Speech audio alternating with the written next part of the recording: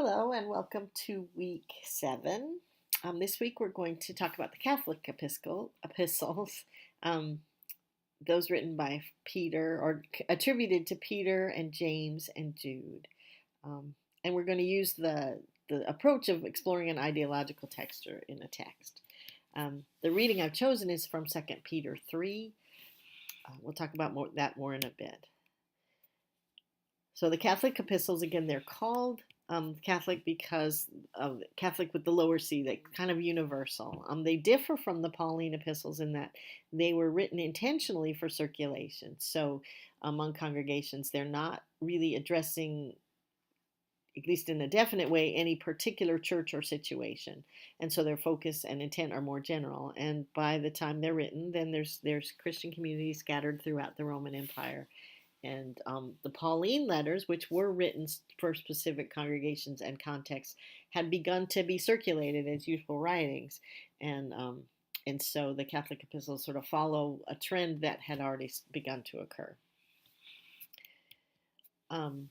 Exploring ideological texture, as you read about it in De Silva, is less of a method of exegesis and more of a way of asking questions that determine how a text might push the buttons of an interpreter or influence their way of reading it. It also seeks to identify how the ideology of an author influences his or her writings.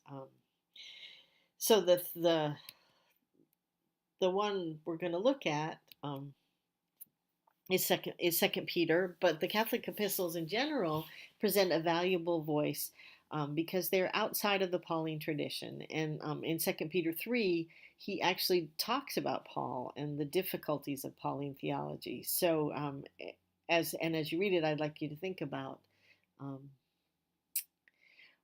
why does Peter bring that up and what's he trying to push? But James, I think, has that same perspective, that the dominant voice in the New Testament is Paul, and these are other writings attributed to leaders of the church, Peter, of course, being a disciple, and James, it's attributed to James, the brother of Jesus, who became the leader of the church in Jerusalem. And that's the picture I picked. Actually, they were there in Paul, the book of Acts, and Paul himself describe the Council of Jerusalem, where Peter and Paul and James got together to talk about the inclusion of Gentiles in the church and what would be the rules under which that could happen. And the descriptions in Acts and Paul's description don't exactly square. So there was maybe conflict, or at least disagreement between Paul and other parts of the church on exactly what the theology was. And so